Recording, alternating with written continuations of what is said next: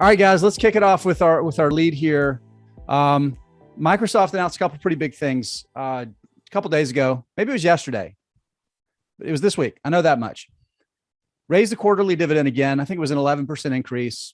It's kind of become like clockwork, that dividend getting a double-digit push with those giant cash flows that are coming. But the board said, you know what? We want to do something else to return capital to shareholders. We're going to buy back $60 billion of Microsoft stock. So that got me thinking, as I do. And I thought a fun topic is, instead of taking $60 billion and buying Microsoft, as Microsoft plans to do, let's have a little bit of fun with it.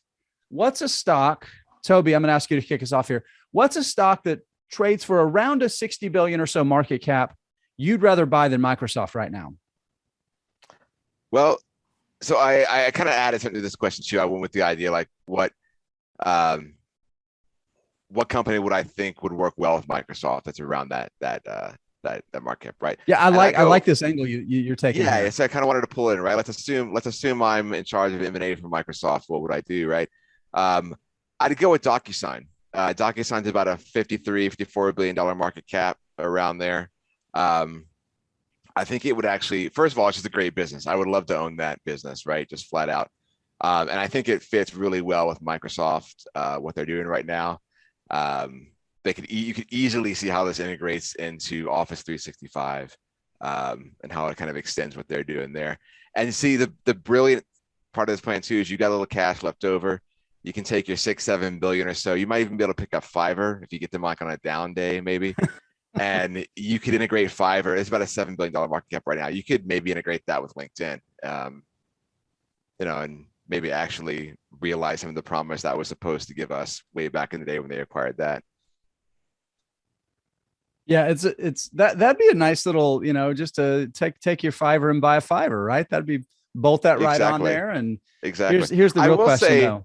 As I was going through this exercise, it's kind of mind-boggling to me that you can take what Microsoft is spending on stock buybacks and just come up with companies, like really great companies that you would like to own, that are less than what they're spending on buying back their shares. I mean, that's what we're dealing with in terms of the cash they have here. So it's when you think about it in that terms, it really makes you see how big this company is. It's enormous. It really, really is. And you go back 10 years ago and we were all focused on the decline of this business, and it's bigger and more profitable and probably better run now than it has ever been. With that said, Nick, you have a bit of a Microsoft competitor here that you want to talk about. Yeah, I'm going to go with Twilio.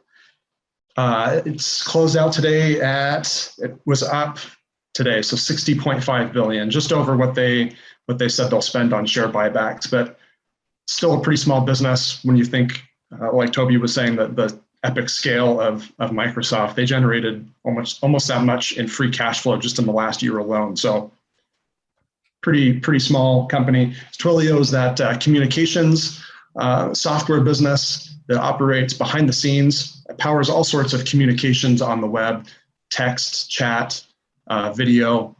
Microsoft actually launched their own competing service, Azure Communication Services, this time last year. And when that happened, they kind of built it as like, use the same tools that Microsoft Teams uses to build your own communications app. That was worrisome for Twilio shareholders.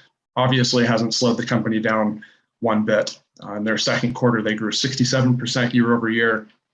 They expect to grow 50% in the third quarter. And it would be a nice little telecom fit, software-based telecom fit for Microsoft, I think, to complement what they have going on at Teams. Yeah, I think it would be an interesting mix. And I'll tell you, Twilio is a cool business, and the addressable market for what they're doing, even competing against the Microsofts of the world, I think this is a company that's going to continue to be a winner. They execute so well. They have great margins. At the end of the last show, Trevor was talking about revenue retention rates and some of those other metrics. They just do so well. And I'm gonna kind of go a similar way here, but I'm going to talk about cloud security with CrowdStrike. This is somewhere in that $55, $58 billion market cap range. I'm not going to beat around the bush, guys. This is a nosebleed valuation stock, trades for about 51 times trailing revenues. I mean, there's crazy expensive, right? I'm not gonna pretend that this isn't an expensive stock. Yeah, but if that's never scared Microsoft off in the past, Jason. No, it hasn't. It hasn't, and it sure as heck doesn't scare me either, right? So whether it's my money and I'm buying a share of this, or Microsoft were to acquire this business, here's why you want to own it. So you think about what Satya Nadella has done with Microsoft, pivoting it to where, that the skating to where the puck is going to be, right? The Wayne Gretzky analogy there. This is a company, Microsoft, that has gotten into the cloud, right? And is such a leader there. And that's where its business is going to continue to grow, even as it continues to be really important in legacy computing, continues to be really important in the enterprise, continues to be important in computing infrastructure. It's made such a massive pivot, just being where the data is going, right? And how so much of the world's software is being operated with the cloud. Cloud security, guys, is gigantic. And the need is it's like almost like logarithmic growth here. So I'm going to do a couple of screen shares just to kind of highlight some things about this business that I think are kind of interesting. And I'm just going to go straight from their presentation, right? So the company this is their slide, and they say that they're a cloud defining or a category defining cloud platform with companies like Salesforce, ServiceNow, and Workday. And I think there's a lot of truth to that.